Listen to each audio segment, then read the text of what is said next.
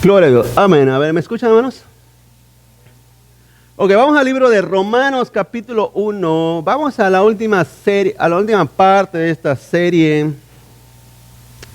Gloria al Señor. Romanos capítulo 1, versos 16 y 17, hermanos. Gloria a Dios. Ok, dice, porque no me avergüenzo del evangelio, porque es que, hermanos, poder de Dios para salvación a todo aquel que cree, al judío primeramente y también al griego. Porque en el evangelio la justicia de Dios, fíjense, pongan atención en esta frase, porque esta frase es lo que leyó Martín Lutero, hermano, el gran reformador, uno de los héroes más grandes de la historia en la era moderna, hablando del siglo XV para acá, uno de los hombres más prominentes de la historia. Dice, porque en el evangelio la justicia de Dios se revela por fe y para fe, como está escrito, más el justo por la fe vivirá. A ver, digámoslo todos juntos, más el justo por la fe vivirá. A ver, hermanos, vamos al tema número 3, los hombres de Dios llamados reformadores, hermano. Gloria al Señor. Vamos a orar. Padre, bendice tu palabra en nuestros corazones, Señor, que haga el efecto por la cual tú la creaste, la dijiste, la pronunciaste, Señor. Darnos vida y darnos esperanza, Señor. Pero sobre todas las cosas, también darnos luz en esta vida y en la vida venidera, Señor. Tu palabra es lámpara a nuestro camino, es lumbrera a nuestros pies, Señor. Gracias te damos por ella. En el nombre de Cristo Jesús, mi Dios. Amén, amén y amén. Gloria a Dios. Tomen su asiento, hermano. Gloria a Dios. Vamos a ver la reforma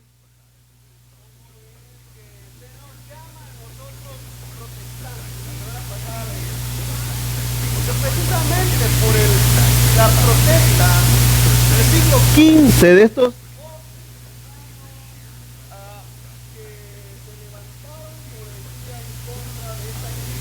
llamada Iglesia Católica Romana.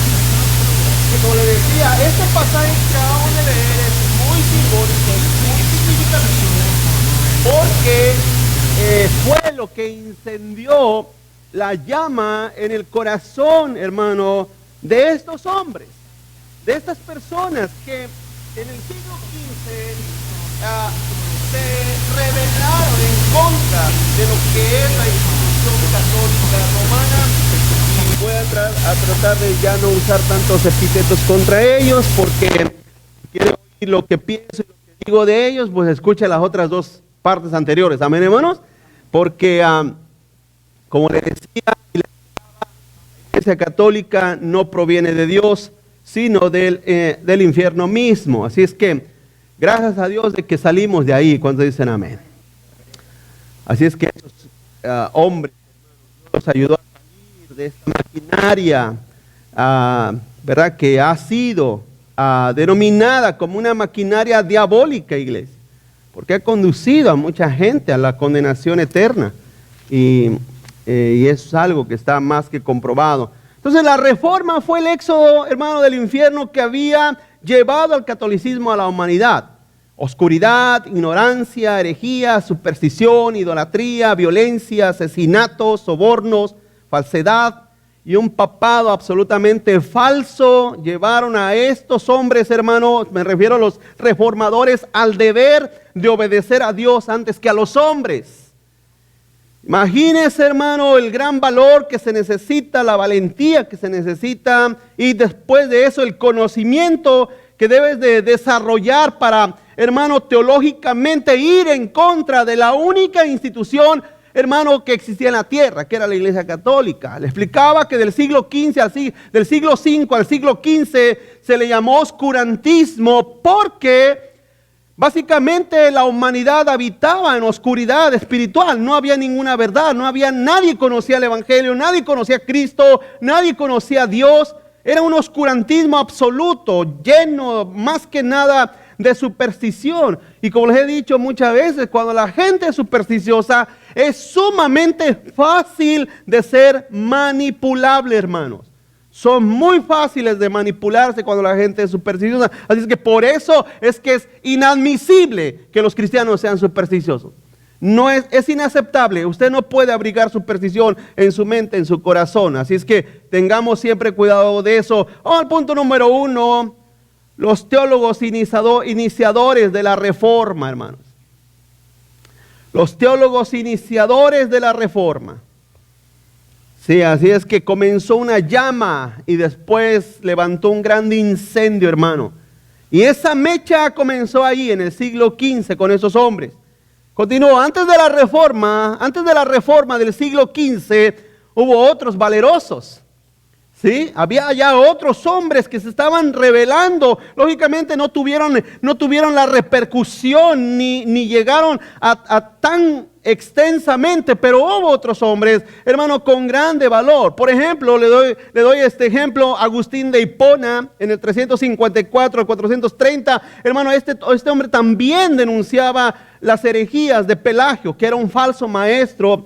De hecho, Pelagio, si usted no sabe, hermano, Pelagio es el que comenzó la idea del libre albedrío. No solamente en la iglesia o dentro de la iglesia hay esa creencia, sino también en el mundo. El mundo dice, no, tú tienes libre albedrío para decidir si sigues a Dios o no lo sigues. Tú tienes libre albedrío para decidir si aceptas a Cristo o no. Tú tienes libre albedrío para tomar las decisiones importantes de tu vida. Déjame decir una cosa, que tal cosa no existe. Todo está dentro de la soberanía y la voluntad de nuestro Dios. ¿Cuántos dicen amén? Así es que Agustín fue uno de los que luchó en contra de Pelagio. John Wycliffe, del 1320 al 1384, este hombre también se opuso al papado de su época. John Hus, 1369 a 1415, este hombre cuando estaba muriendo, él decía que dentro de 100 años se levantaría de las cenizas un cisne al cual no podrían callar, y muchos creen que se refería proféticamente a Martín Lutero.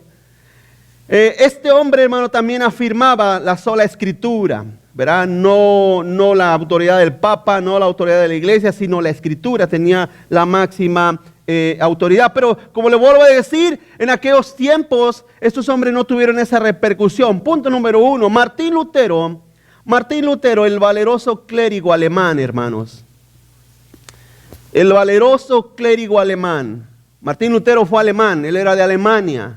Este hombre nació en Esslingen, en Alemania, en el 10 de noviembre de 1483, hermano. Creo que les dejé ahí varias notas de su biografía de estos hombres. Este hombre quería ser abogado. Fíjese cómo es que son las cosas, cómo sucede con mucha gente a través de la historia del cristianismo, hermano. Verá que anhelamos una cosa, pero en realidad Dios nos lleva a otra, ¿verdad, hermanos? ¿Se recuerdan? De hecho, venimos de nuestros países diciendo, yo me voy a ir a México, me voy a ir a Estados Unidos a barrer dólares. ¿Se recuerda cuando pensaba eso, hermano? Me voy a ir a Estados Unidos porque dicen que allá los árboles dan dólares. Pero llegando acá, usted se da cuenta, hermano, que, estaba lejos de la realidad cuando dicen amén. Pero no solamente eso, sino que Dios en su bondad y misericordia fue acá donde el Señor nos hizo conocer el Evangelio, hermano. ¿Cuántos se convirtieron aquí en Estados Unidos, hermano? ¿Se fija? ¿O alguien aquí viene de su país convertido ya cristiano? ¿De hermana? ¿Algunos otros? Bueno, hay algunos que llegaron así, otros no, otros llegamos perdidos y acá el Señor nos cambió y nos transformó. Y me recuerdo en una ocasión que fui a visitar a México, mi tío dijo, no, ¿por qué todos los que se van a Estados Unidos se convierten al cristianismo? Le digo, no sé, pero ese es el plan de Dios. Es la forma como Dios trabaja, como Dios lo hace y eso es así. Pero este hombre quería ser abogado, después el Señor, hermano, lo alcanza. Pero también este hombre era profundamente supersticioso, hermano. Era un hombre supersticioso, que de hecho eso fue lo que lo llevó a postergarse, o mejor dicho, para proponerse hacia el sacerdocio. Él llegó a ser sacerdote. Este hombre tenía un profundo terror al infierno, hermano. Y siendo sacerdote, siendo sacerdote, aún así tenía grande miedo al infierno. Y él no quería ir al infierno, este hombre, ¿verdad? Aunque era un hombre sumamente preparado en teología, en historia, y un hombre preparado en muchos aspectos, como muchos sacerdotes lo son, pero no salvos, no conocen la verdad ni el evangelio de Cristo. En 1510 este hombre, Martín Lutero, hermano, se decepciona de Roma. Dice la biografía y la historia que este hombre, como usted sabe, mucha gente peregrina, entre comillas, quieren ir a conocer a Roma, la Basílica de San Pedro, así como los musulmanes tienen que ir, hermano, algún día a la mezquita musulmana de Mahoma. Así, mucha gente tenía esa intención, ese deseo de ir a visitar Roma. Martín Lutero, cuando va a la ciudad de Roma, hermano, se dio cuenta y miró que la ciudad estaba llena de pecado, de indulgencia. Hermano, miró la corrupción, la degeneración que existía, no solamente en el Papa, sino en los cardenales, hermano, y en todo el clérigo dentro de Roma. Cuando este hombre llegó con la intención, porque él pensaba que Roma era la ciudad santa, pensaba que Roma era el cielo en la tierra, y pensaba que Roma era el lugar más privilegio que un hombre pudiera conocer. Cuando llega y se encuentra que la ciudad era absoluta y totalmente corrompida, hermano, Martín Lutero se siente profundamente decepcionado. Él siente un gran vacío en su alma, según la historia, según la redacción de su biografía. Él siente un profundo vacío, siente una profunda decepción, porque él llegaba con la intención de darle un paso más, hermano, a la entrada al cielo, alejarse del infierno y entrar al cielo. Pero cuando llega se da cuenta, hermano, que ahí no había ninguna clase de solución. 2 años después, en el 1512, este hombre, hermano, nace de nuevo. Siendo sacerdote, en el 1512 nace de nuevo, se convierte a Cristo. ¿Sabe cómo? ¿Sabe cómo se convirtió Martín Lutero? Leyendo Romanos 1:17.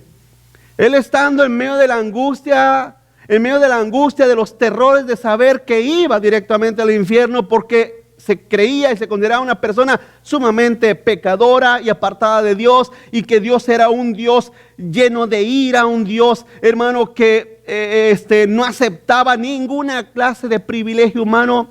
Este hombre un día abrió la Biblia en sus estudios continuos, constantes, abrió la Biblia y se centró en Romanos 1:17. Y empezó a leerlo, lo volvió a leer. Dice la historia que lo estuvo leyendo tantas veces hasta que ese pasaje se hizo vida en su alma. Cuando logró entender más el justo por la fe vivirá, Martín Lutero nació de nuevo, hermanos. ¿Usted sabe que si una persona lee la Biblia se puede convertir a Cristo?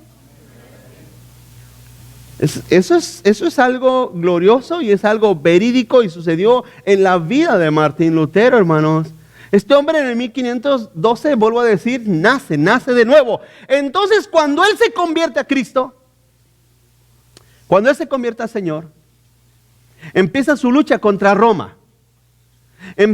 Mire, le voy a decir, Martín Lutero, cuando se convierte, el pensamiento y la idea de él no era que la Iglesia Católica se dividiera. Él no tenía la intención de dividir a la Iglesia Católica. Él tenía el pensamiento y la idea de reformarla. Él creía que si él llegaba al Papa y llegaba a sus superiores cardenales, todos iban a decir: Martín Lutero, gloria a Dios, qué bueno que conociste la verdad. Es lo que estábamos esperando, Martincito. Y ellos pensaban, Martín Lutero pensaba y creía, hermano, que el Papa, juntamente con los cardenales, lo iban a escuchar, que iban a poner atención y que iban a decir: wow, ¿sabes qué, Martín Lutero? Encontraste la verdad, tráela con nosotros. Debe hacer una pregunta, hermano. ¿Cuántos aquí se recuerdan cuando se convirtieron a Cristo? ¿Verdad que tú pensabas que tus familiares te iban a echar cohetes porque te convertiste a Cristo? ¿Te recuerdas, verdad, que tú pensabas que tus familiares te iban a recibir con los brazos abiertos porque te convertiste a Cristo? Pregunto, ¿no fueron los primeros que te rechazaron? A ver, ¿cuántos aquí fueron los primeros que rechazaron? Tu familia, hermanos. Fíjate, muchos fueron los primeros. Yo también. Los primeros que me dijeron, ¿sabes qué? Lo siento por ti, es tu problema. También, es lo primero que nos rechazan. Martín Lutero sufrió lo mismo, hermano. Cuando él va al Papa, cuando él va a los cardenales, ellos simplemente le cerraron las puertas y le dijeron, estás loco. Lo trataron de enjuiciar. ¿Sabe cuál era el máximo peligro de un sacerdote, en cualquier feligrés en aquellos tiempos? Ser excomulgado de la iglesia. No sé si hoy en día, no sé, porque la gente sigue igual de perdida y en tinieblas. Por lo tanto, si te dicen te vamos a excomulgar, haz de cuenta que te están mandando al infierno desde ya. Pero es una cosa, Martín Lutero en su lucha contra Roma, hermano, él empezó a investigar, empezó a entender que las indulgencias, que los rezos a María y a los santos que ya existían, hermano, todo eso era antibíblico. Y empezó a hacer, hermano, teología, un estudio más profundo de la Biblia. Uno de sus adversarios más férreos, hermano, de Martín Lutero fue Juan Texel. Juan Texel fue uno de los brazos de la contrarreforma. Ahorita vamos a hablar un poquito más de esto. Pero este hombre, hermano, Juan Texel era uno de los predicadores que fue enviado por la Iglesia Católica para predicar a la gente. Fíjese a qué grado era la ignorancia. Juan Texel, él cargaba una caja de metal. O sea, lógicamente sus ayudantes cargaban una caja de metal. Y él se paraba a predicar en las plazas. Se levantaba y decía, vendiendo las indulgencias, o sea, él era un vendedor de indulgencias, para que me entienda. A la misma vez era un predicador de la Iglesia Católica, pero a la misma vez también era un vendedor de indulgencias. La gente se amotinaba en las plazas donde Juan Texel llegaba y les empezaba a vender indulgencias. Y él decía esta frase muy famosa, decía que cuando tus monedas cayeran en la caja de metal y al tú escuchar el sonido de las monedas caer, en ese momento, en ese instante, la alma de tu ser querido, la alma de tu familiar salía del infierno, salía del purgatorio e iba a la gloria de Dios. Ese era el grado, hermano, de manipulación de esta gente. Déjame decir una cosa, iglesia. La basílica de San Pedro en Roma fue construida en base a toda esa venta de indulgencias, porque se comenzó en esta era, en este tiempo.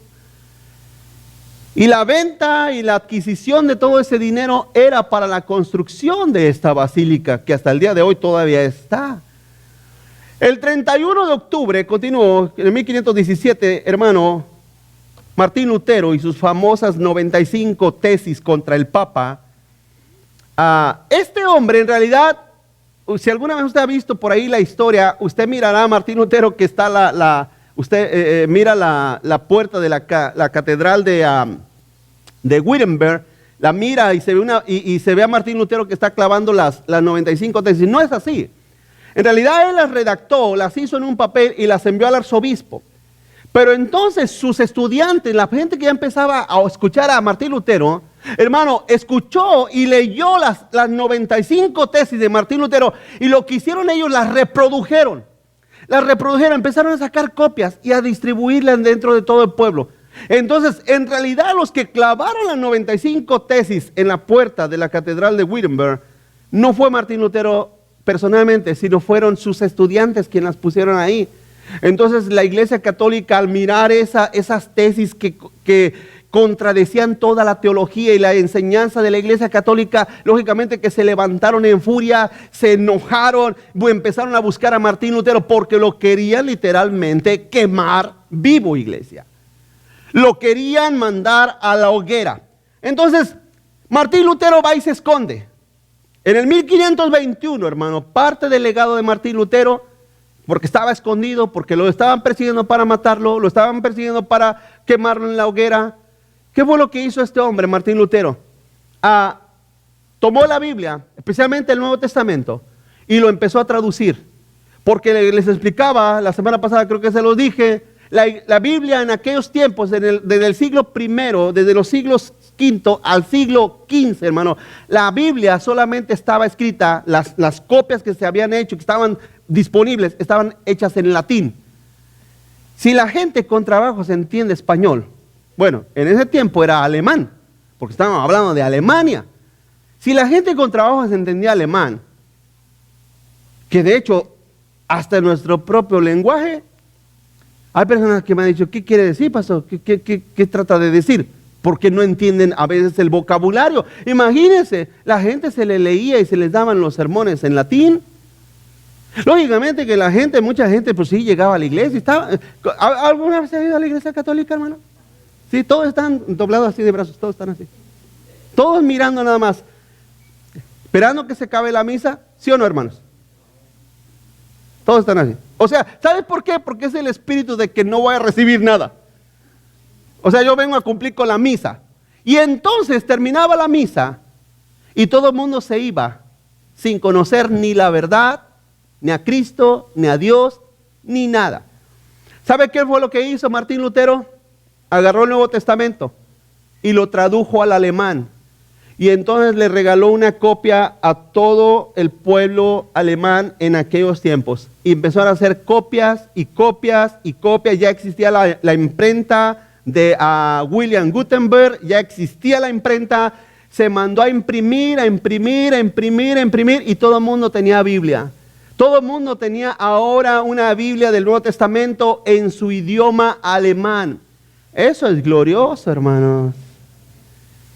Yo se lo he dicho, eso es glorioso porque es la manera. ¿Cuántos aquí ven hasta este punto cómo Dios trabaja en la vida de estos hombres? Después sus tesis son debatidas.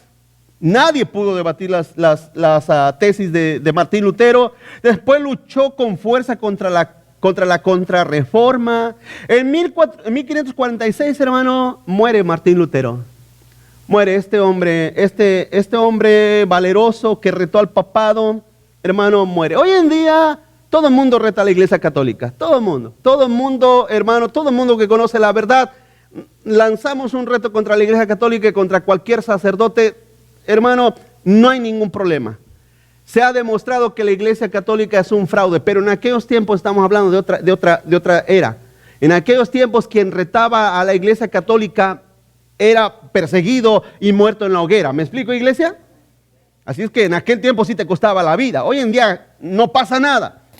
Esta frase de Martín Lutero que dijo, finalmente siendo Dios misericordioso, mientras meditaba yo día y noche acerca de la corrección de las palabras, la justicia de Dios se reveló en esto, así como las escrituras dicen, el justo por la fe vivirá. Fíjese lo que dice Martín Lutero. Comencé a entender que la justicia de Dios es esa bajo la cual el ser justo vive como un regalo de Dios propiamente.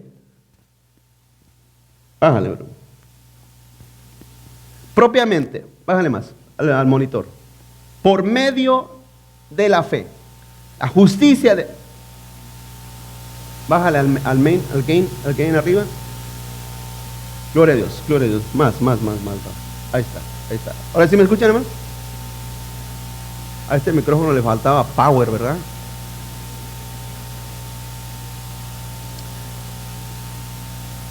Justicia de Dios se revela, se refiere a una justicia pasiva por la cual nuestro Dios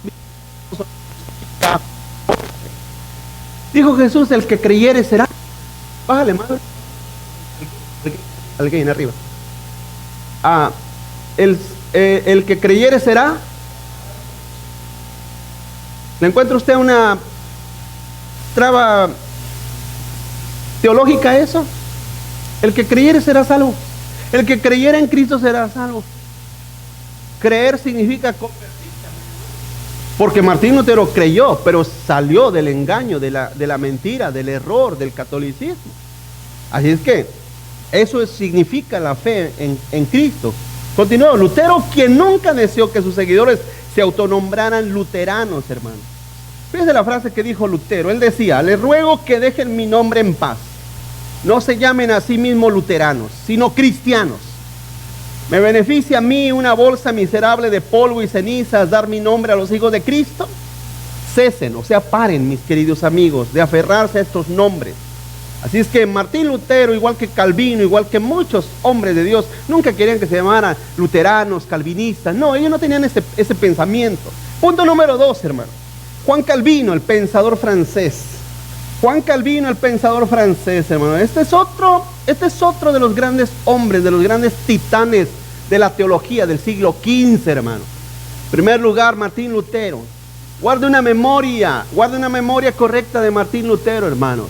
Los equivocados de la Iglesia Católica, no la reforman, y no los reformadores, y no los protestantes. El protestantismo, por eso es que estamos aquí. ¿Cuántos dicen amén? O sea, gracias a Dios que eso... Ahora tenemos que entender esto. ¿Acaso Dios no a través de la historia bíblica ha hecho éxodos del error? ¿Israel dónde estaba? En Egipto. Pregunto, ¿no tuvo que sacarlo el Señor? De la misma manera, de la misma forma, la iglesia cristiana ha tenido que salir, un éxodo del catolicismo. Si no, básicamente hubiera estado en la misma situación. No existiera el cristianismo si no hubieran estos hombres tomado ese valor y Dios los haya impulsado. Juan Calvino, el pensador francés. Este hombre nació en Francia en 1509. Este hombre fue abogado, ya era un hombre preparado, era un hombre muy preparado en leyes, muy preparado en una carrera de derecho. Este hombre era un ávido lector y escritor, hermano, de muchas cosas. En 1539, este hombre se convierte a Cristo y también se convierte en reformador. ¿Sí? Cuando vemos la biografía de este hombre, hermano, este hombre ayudó a Martín Lutero a separarse totalmente de la Iglesia Católica. Escúcheme, Martín Lutero fue un hombre valeroso, de un corazón inigualable, con grande valor para desprenderse de la Iglesia Católica. Pero Calvino era el pensador, Calvino era el hombre, era el cerebro teológico detrás de todo el movimiento reformado, de todo el movimiento de la reforma, de todo el movimiento del exilio de la Iglesia Católica. Calvino, iglesia, después de Pablo y después de Agustín de Hipona, Calvino es el tercer hombre más inteligente y conocedor de las Escrituras como nadie más. Así es que cuando usted escucha de Calvino, no estamos hablando de cualquier persona. Estamos hablando de hombres que fueron sumamente usados de una manera, hermano, excelentísima por el Señor. En 1536, él escribe su más grande enseñanza, que se llama La institución de la religión católica, hermano. Fueron escritos de estos hombres que han servido hasta la era presente para ayudar y educar. De hecho, mucho del sistema escolar que está en muchas naciones, hermano, escúchenme, pongan atención en esto. Usted no sabía, mucho del sistema escolar que está en muchas naciones, ¿sabe por quién fue instituido? ¿Por quién fue pensado, analizado e implementado dentro de la sociedad? ¿Sabe por quién? Por Juan Calvino. Este hombre, su manera de pensar y analizar las formas de la sociedad ayudó bastante a una formación más estructurada. En 1537, hermano, se encuentra con Guillermo Farel, porque Calvino en un principio no quería muy bien entrarle, hermano, a luchar en contra de la Iglesia Católica, no quería. Y entonces llega a una ciudad llamada Ginebra. Esta ciudad llamada Ginebra, ahí se encontraba un hombre de Dios llamado Guillermo Farel. Cuando llega Calvino a esa ciudad, Calvino dice, ¿sabes qué? Yo nada más vengo de paso, yo voy a otro lugar y más nada. Pero Farel lo conocía, sabía que Calvino era la crema innata del pensamiento teológico. Y le dijo, ¿sabes qué? No, Dios me está diciendo que te quedes aquí en Ginebra para que pastorees a la iglesia y que nos ayudes a avanzar teológicamente en contra de la Iglesia Católica. Calvino no quería. ¿Sabe lo que pasó, hermano?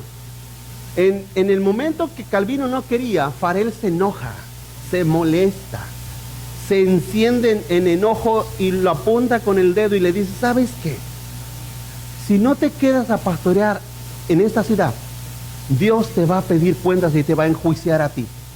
Hermano, el ímpetu con que Farel se lo dijo, que Calvino se asustó, tuvo miedo, lo que sea, y se quedó en Ginebra a pastorear y a levantar la iglesia. Pero fíjese, le platico esto rápido, hermano, que entonces Calvino quedó un tiempo en esa ciudad de Ginebra, estuvo por 2-3 años, pero él sentía y seguía que no era lo suyo ser pastor.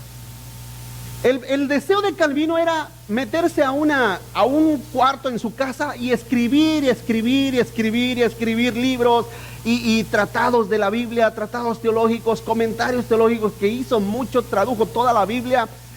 Hermano, le puso comentarios como las Biblias de hoy en día que tienen comentarios ya sea de R.C. Sproul o de John MacArthur. Es lo que hizo Calvino.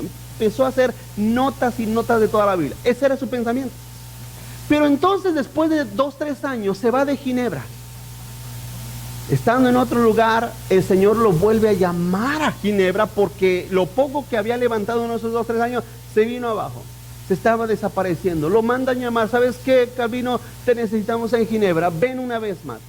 Escúcheme, cuando él regresa en 1541, fue tanto el trabajo y la manera como trabajó Calvino en la ciudad, que se puede decir que el 90% de la ciudad, el 90-95% de la ciudad de Ginebra era cristiana.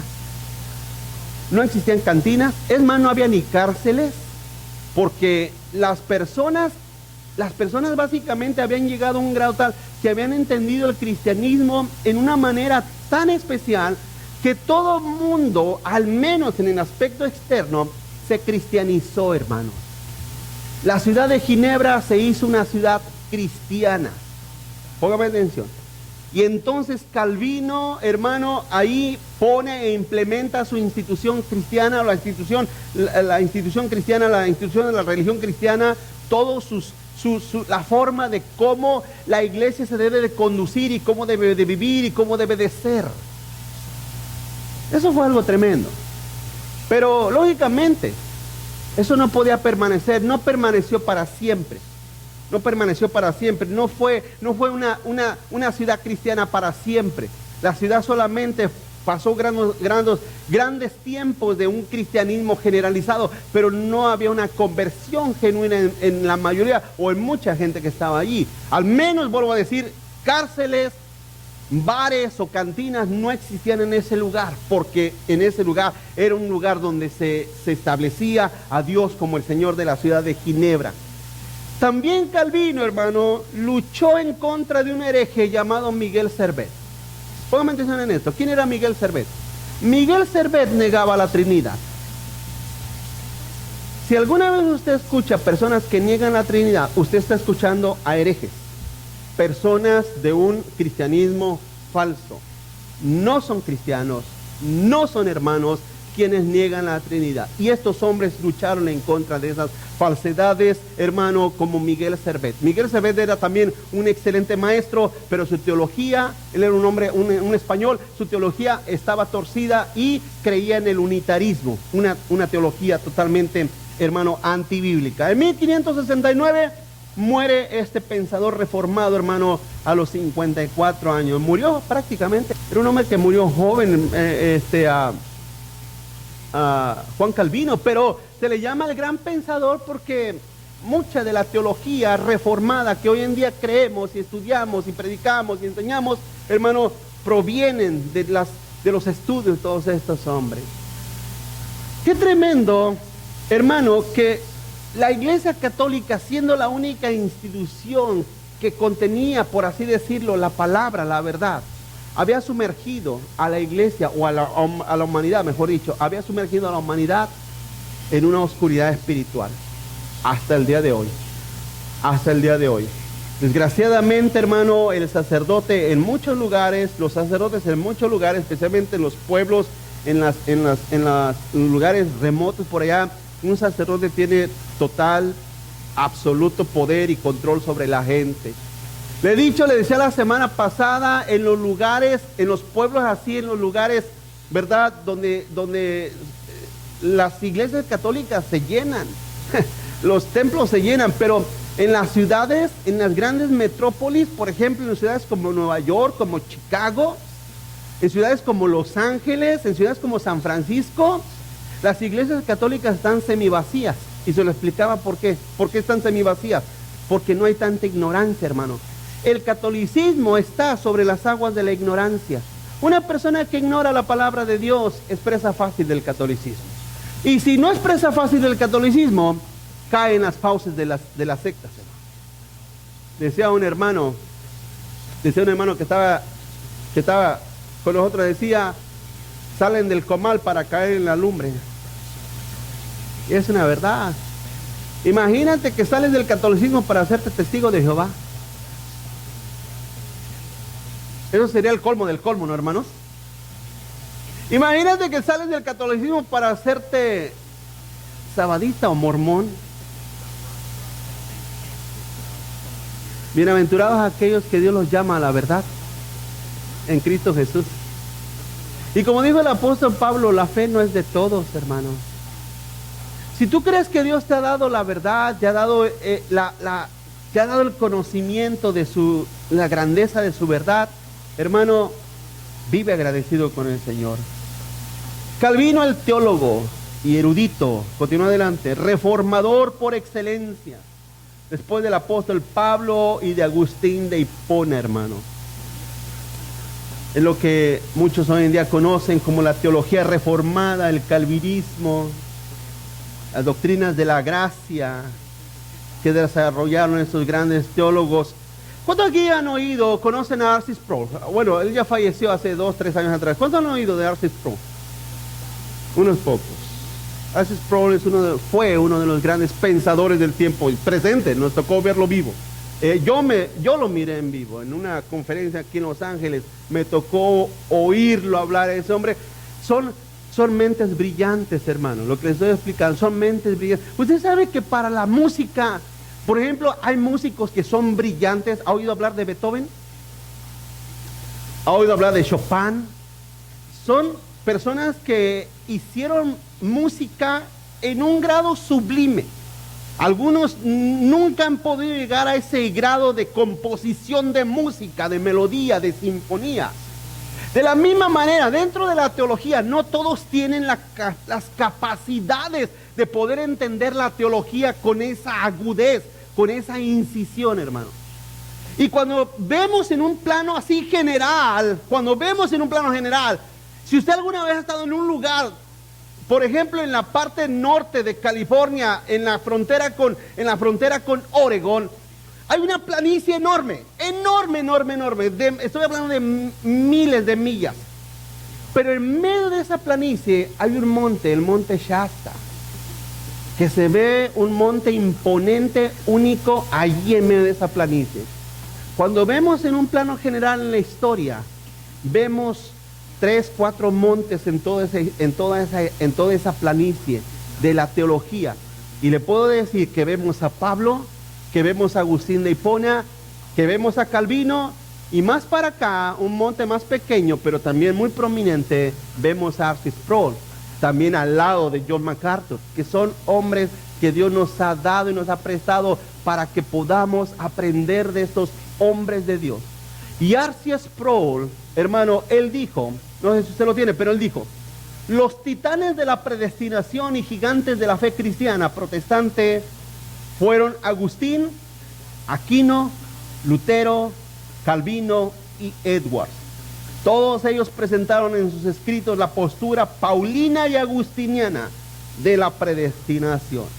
Hermanos, ¿sabe cuál es el término lineal de la Biblia de principio a fin? ¿Sabe cuál es? Precisamente eso, la predestinación. Por eso es que estos hombres son, hermano, básicamente, y tienen esa prominencia dentro de la historia de la teología. En una ocasión me dijo una persona, como le decía la semana pasada, un ignorante necio, un ignorante terco, me dijo, yo no creo en la predestinación. Le digo, mi estimado primo lejano, pero la Biblia dice que somos predestinados desde antes de la fundación del mundo, ¿no dice eso, hermano? Entonces, por eso vuelvo a decir, la necedad es mucha. Necios hay muchos, el problema es encontrarlos. Nada más con que te los halles, con que te los encuentres, iglesia. Pero abundan, créemelo, abundan bastante. Y entonces decía esta persona, me senté con él y me dijo, pero yo no creo en la predestinación porque nunca he oído de ella. Claro, porque si no leen la Biblia, yo estoy seguro que muchos de ustedes no leen la Biblia. ¿Cómo van a saber? ¿Cómo van a entender? ¿Cómo van a creer lo que habla la Biblia si no la abren y si no la entienden, si no buscan entenderla? Continúa adelante, punto número 3, Ulrico Zwinglio. Este hombre, Ulrico Zwinglio, el revolucionario luchador, hermano. Este hombre sí era de armas tomar. Y cuando digo de armas tomar, me refiero literalmente, hermano. Literalmente, este hombre hizo una revolución en pro del evangelio. ¿Sabe por qué? Este hombre, Ulrico Zwinglio, era un hombre, un reformador suizo. De 1484 a 1531, hermano. Este hombre no era como Lutero ni como Calvino, en el sentido de que viene el papado a apresarte. Ah, pues ni modo, aquí están mis manos, llévenme preso y quémenme en la hoguera. Ulrico Zwinglio no. ¿Sabe lo que hizo Ulrico Zwinglio? Él armó un ejército y dijo, a mí la Iglesia Católica me hace los mandados. No me van a apresar y no me van a quemar. Este hombre luchó con armas, con armamento en contra de la Iglesia Católica, hermano. O sea, era un hombre, como le vuelvo a decir, que compartía el evangelio, un grande reformador, porque también fue un grande pensador, pero era un hombre que a él no le podían decir, ¿sabes qué, Ulrico? No existe la Trinidad, porque con él no se jugaba. Ese era el carácter de este hombre, hermano. ¿Se recuerda que en una ocasión también Pedro lo hizo? Pedro también era de armas tomar. Pedro era Pedro Zwinglio. ¿Cómo que vienen a apresarte, Señor? Y sacó su espada. Dicen los comentaristas que le tiró la cabeza, pero le falló y le alcanzó a cortar la oreja. Si Malco no se hubiera agachado, hermano, no estuviéramos hablado que le cortó la oreja, estuviéramos hablado que le cortó la cabeza. Pedro, ese espíritu es el mismo espíritu que estaba en Ulrico Zwinglio. Pero a la misma vez eran hombres con un grande amor por Cristo y por la verdad. Después, número 4, Teodoro de Beza, con Z, Teodoro de Beza, el incansable reformador, hermano. Este hombre del 1519 a 1605, este hombre también fue francés. Este hombre fue sucesor de Calvino.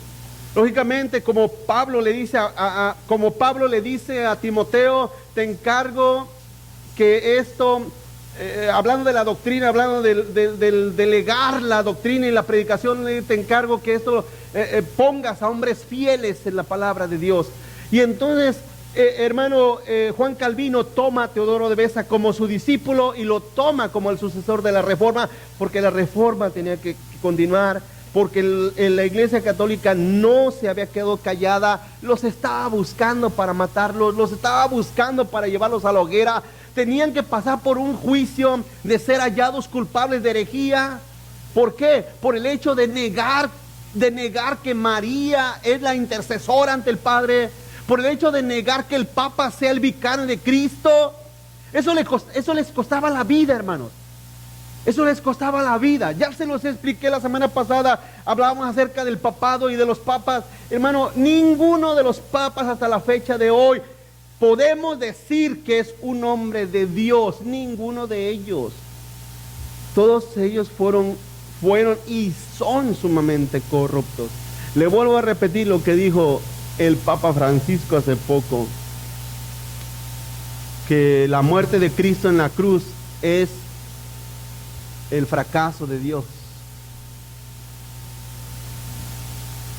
Hermanos, cuando Cristo en la cruz venció a las tinieblas, venció a la muerte, no es ningún fracaso. Si Cristo no hubiera muerto en la cruz, nosotros no tuviéramos esperanza, hermanos. Pero este hombre le llama el fracaso de Dios, el fracaso de la institución católica. Ellos son el fracaso. Porque en vez de haberse puesto en las manos de Dios, se pusieron en las manos de Satanás. Y lo único que han regado en la humanidad, como les decía la semana pasada, ha sido ignorancia. Donde la Iglesia Católica ha conquistado, poniendo su pie de conquista, porque la Iglesia Católica durante muchos siglos, hermano, fue una institución conquistadora. Conquistadores, por eso se les llama a los conquistadores. ¿Y de dónde venían esos conquistadores? Si no eran de las coronas españolas y de las coronas portuguesas. Pero con ellos venía la religión católica como el estándar. Pero donde llegó la Iglesia Católica en las naciones de toda Latinoamérica y Norteamérica, lo único que enseñó a la gente es a ser idólatras. Los enseñó a ser idólatras. Y la Biblia dice que los idólatras no heredarán el reino de los cielos. Amén, hermanos. Pero entonces Teodoro de Beza tenía que continuar con esa labor, con ese trabajo, hermano. Tenía que continuar. Tiene que haber una sucesión y tiene que continuar adelante. Tiene que continuar la batalla en contra del error y de la mentira. Y estos hombres de Dios, hermano, no se cansaron. Dieron su vida, su tiempo y todo. Renunciaron a todo para que la verdad continuara siendo predicada y continuara la gente conociendo la verdad. Y Teodoro de Beza era uno de ellos. Era un hombre incansable.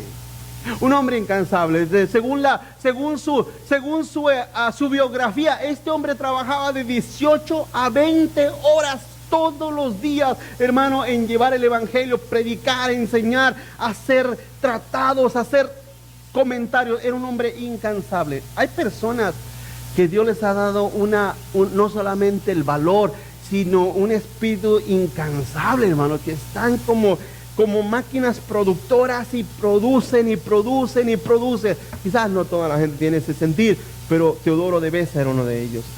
Después, número 5, John Knox o Juan Knox.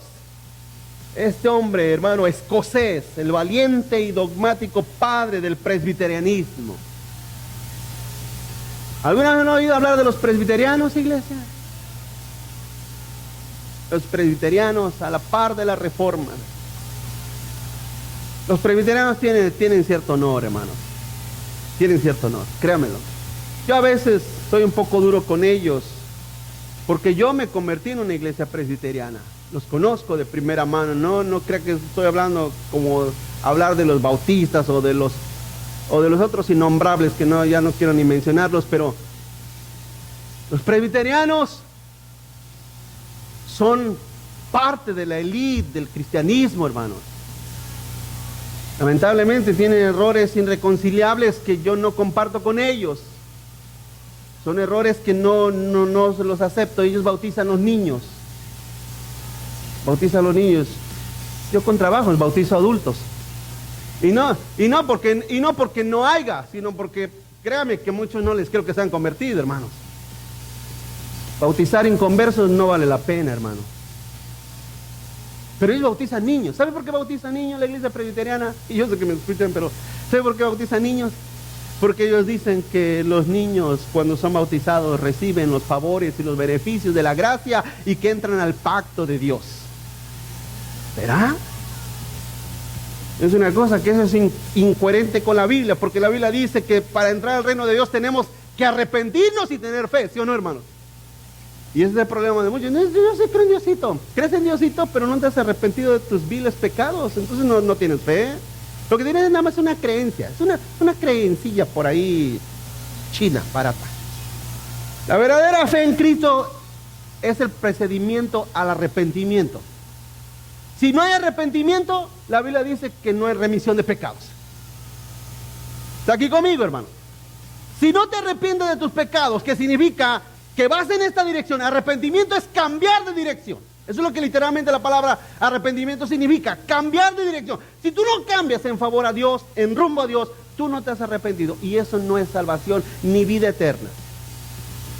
Pero nuestros hermanos presbiterianos, en los cuales yo me convertí, pero no comparto sus enseñanzas, ni tampoco la doctrina, la teología del dominionismo, tampoco lo comparto. Yo no creo que la iglesia va a conquistar la tierra, no. Si con trabajos conquistan sus hogares, ¿ustedes creen que van a conquistar la tierra? No, esas son teorías, son nada más eso, son teoría, no es teología. Eso no es teología, eso es teoría. Pero Juan Knox fue el padre del presbiterianismo. ¿Saben lo que tiene la diferencia del presbiterianismo? Que ellos tienen una forma de gobierno diferente. Y no solamente la forma de gobierno diferente, ellos también tienen un sistema eclesiástico más riguroso. Son más rigurosos en muchos aspectos, en la forma de culto, en la forma de la liturgia, son más rigurosos.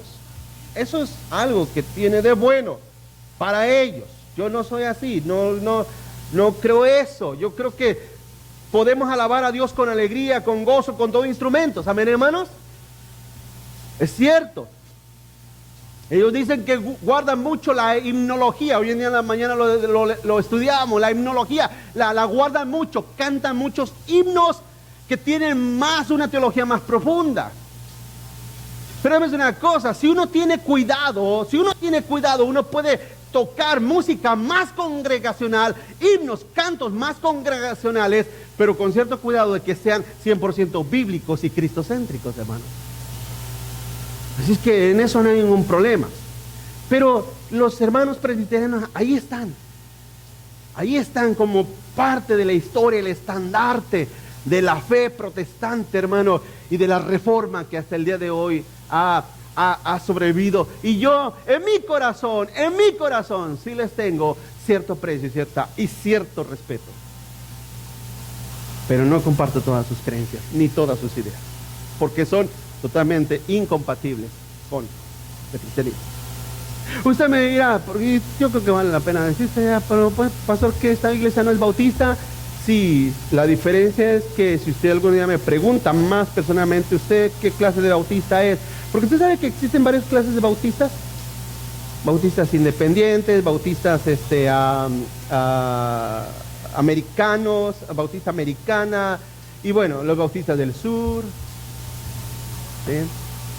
Yo también me considero en mucho aspecto un pastor bautista, pero con una creencia muy profunda en la reforma. Es lo que se llama bautistas reformados. Esa es mi creencia, eso es lo que yo enseño a través de los tiempos. Que por eso les predico así a veces, ¿no? Pues es que yo vengo de una iglesia bautista y el pastor no era así con cierto gesto.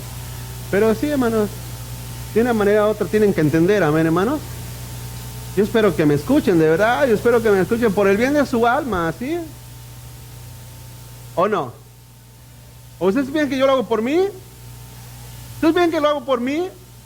Yo lo hago por ustedes, o sea, les predico para que ustedes se conviertan.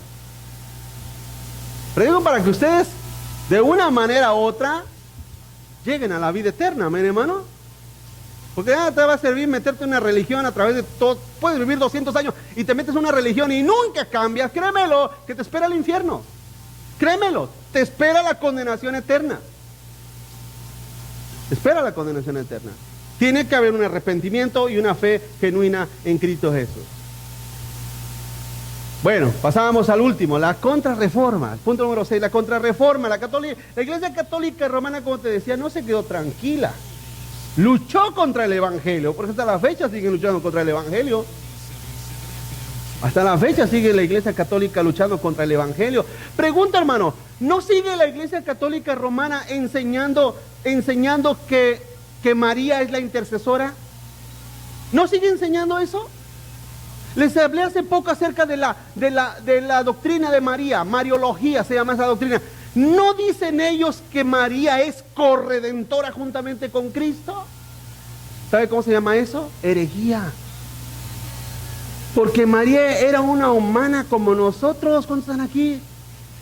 María era de carne y hueso como nosotros. Ella no fue divina, ella no nació virginalmente, ella no ascendió al cielo, ella no fue llevada al cielo como Cristo fue llevada. La Iglesia Católica enseña todo eso. Eso es idolatría. Y eso es una lucha en contra de la verdad del Evangelio. Pero la gente y nuestros países latinoamericanos, hermano, pregunto, ¿no la joya de la corona del catolicismo no es la idolatría de María y de los santos? ¿Por qué se conoce a un católico? ¿Por qué se conoce a un católico? ¿Por estudiar la Biblia? Por favor. A un católico se conoce por idólatra, porque adora imágenes. ¿O no, hermanos?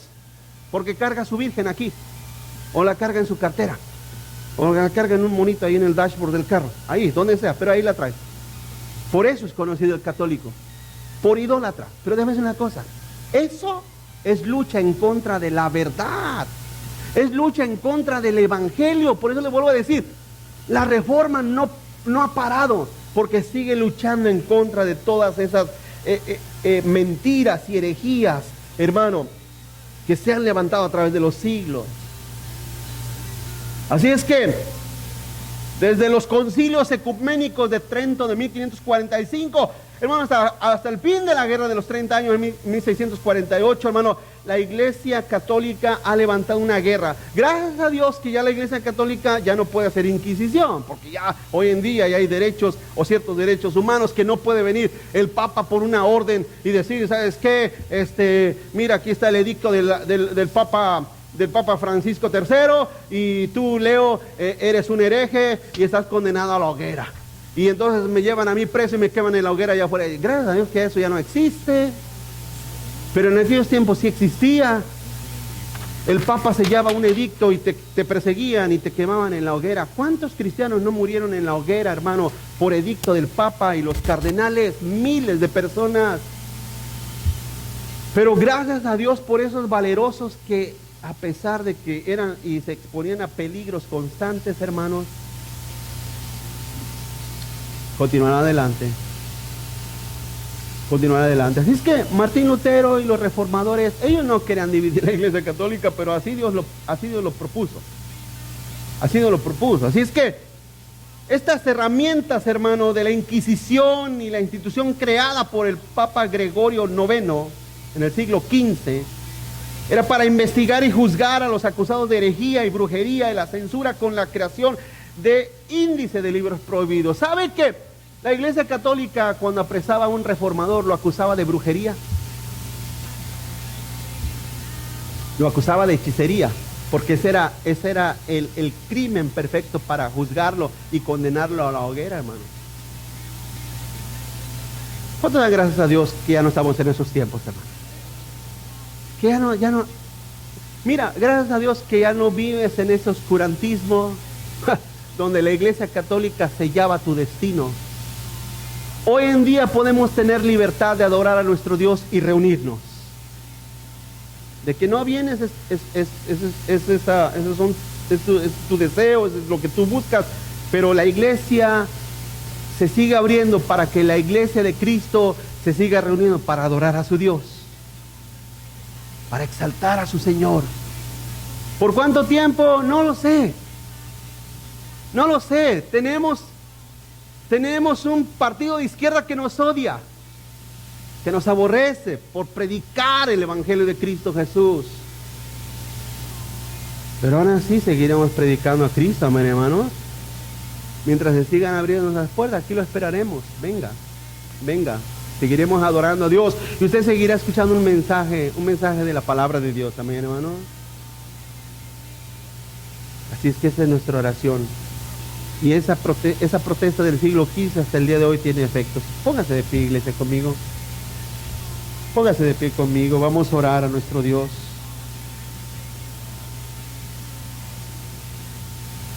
Vamos a orar a nuestro Dios, a nuestro Padre Celestial.